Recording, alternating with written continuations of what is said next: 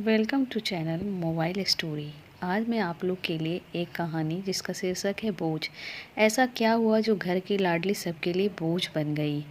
परी अपने माता पिता की बहुत लाडली थी। 3 भाइयों के बीच अकेली जो थी, कोई भी चीज़ मांगने पर उसी वक्त सामने हाजिर हो जाती। पूरे घर में रौब था उसका। पूरे परिवार और नौकरों पर राजकुमारी की तरह हुक्म चलाती थी परी। स्कूल में भी पूरा रौब था उसका। बड़े घर की लाडली जो थी वह, जैसे ही उसने कॉलेज में दाखिला लिया, उसके ठाट बाट बड़ी गाड़ी में आना जाना, हर दिन नया फैशन देखकर हर कोई उससे दोस्ती करना चाहता था। थोड़े ही दिनों में उसके बहुत से दोस्त बन गए। पूरे कॉलेज में अपनी उसकी पहचान थी। इन दिनों उसके घर में एक रिश्ता आया। खानदानी लोग थे और पापा की पुरानी जान पहचान थी उनके साथ। परी के साथ कोई ज़बरदस्ती नहीं थी, पर परी ने फिर भी हाँ कर दी, क्योंकि वह अपने परिवार से बहुत प्यार करती थी। वह जानती थी कि वह लोग उसका अच्छा ही सोचेंगे। लड़के का नाम था राज। राज काफ़ी पढ़ा लिखा और समझदार लड़का था। ससुराल वाले भी बहुत अच्छे थे। ससुराल में परी की जगह वैसी ही थी जैसे कि मायके में। कोई भी काम परी की सलाह के बिना नहीं किया जाता था। सबकी लाडली बहू बन गई थी वह। फिर उसके घर एक बेटे का जन्म हुआ। ऋषभ परी को जान से प्यारा था। पोता पाकर ससुराल वाले तो फूले नहीं समाते थे। परी कभी कभी सोचती कि उसकी किस्मत कितनी अच्छी है। उसका हर अपना उसे कितना प्यार करता है। चाहे जीवन में कैसा भी समय आए, मेरे अपने हमेशा मेरे साथ है। मैं कभी अकेली नहीं हो सकती। कितनी खुशकिस्मत हूँ मैं। पर शायद परी की खुशियों को उसकी अपनी ही नज़र लग गई थी। एक दिन वह मायके जाने की जिद कर बैठी। राज को बहुत काम था, लेकिन वह फिर भी उसे ले गया। रास्ते में उनकी गाड़ी किसी अन्य गाड़ी से टकरा गई। परी, राज और ऋषभ बहुत बुरी तरह से जख्मी हो गए। काफ़ी दिनों के इलाज के बाद राज और ऋषभ तो ठीक हो गए, लेकिन परी पूरी तरह ठीक ना हो सके। सर पर चोट लगने के कारण वह अपनी आंखों की रोशनी खो बैठे। अब परी की किस्मत जैसे उल्टे पांव चलने लगी। मायके वाले कुछ दिनों तक उसे मिलने आते रहे, फिर कभी कभार फ़ोन भी कर लेते, पूछ लेते हालचाल, अब कैसी हो। धीरे धीरे ये सिलसिला भी कम हो गया। ससुराल वालों की सहानुभूति भी कम होने लगी।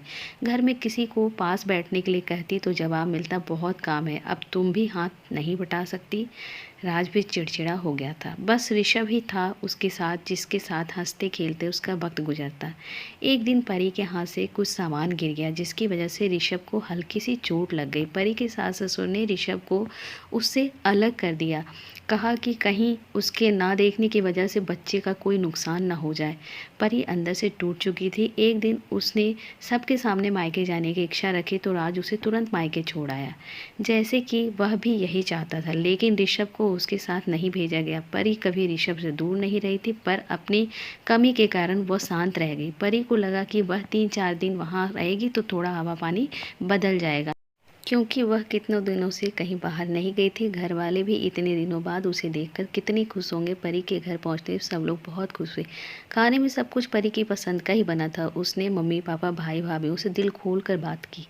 उनके छोटे छोटे बच्चे भी बुआ के साथ घुल मिल गए थे। रात को सोने के वक्त जब वो कपड़े बदलने लगी तो उसे पता चला कि उसका बैग तो बहुत भरा हुआ था। वह समझ गई।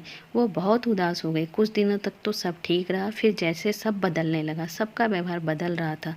वह लोग जैसे थक चुके थे उससे। सब लोग घुमा फिरा कर पूछने लगे कि राज कब आ रहा है उसे ले जाने।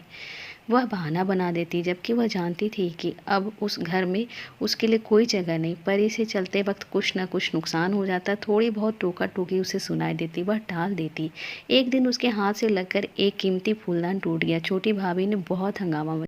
परी के माता पिता रोज रोज के झमेलों से तंग आ गए थे। उन्होंने राज को खुद से फ़ोन कर दिया। राज परी को अपने घर ले गया। परी को अपने परिवार वालों से ये उम्मीद ना थी। जिस परी के कहे बिना घर में एक पत्ता भी नहीं हिलता था, उस घर के लिए अब वह बोझ बन चुकी थी। राज के साथ ससुराल आते वक्त वह बहुत खुश थी, क्योंकि वह अपने घर जा रही थी, अपने जिगर के टुकड़े ऋषभ के पास। परंतु यह खुशी भी कुछ पल की ही थी। सारा बंदोबस्त पहले ही किया हुआ था। परी को सीधे ऊपर वाले कमरे में पहुंचा दिया गया। ऋषभ से दूर रखने की सख्त चेतावनी दी गई। एक काम वाली लता को उसकी जिम्मेदारी सौंपी गई, जो उसके खाने पहनने जैसी ज़रूरतों का ध्यान रखती। परी ज़्यादातर चुप ही रहती। कभी कभी काम वाली लता से थोड़ा बतिया लेती। उसके जरिए ऋषभ का पता चल जाता। सबकी लाडली बेटी और बहू आज पूरे घर के लिए बोझ बन चुकी थी।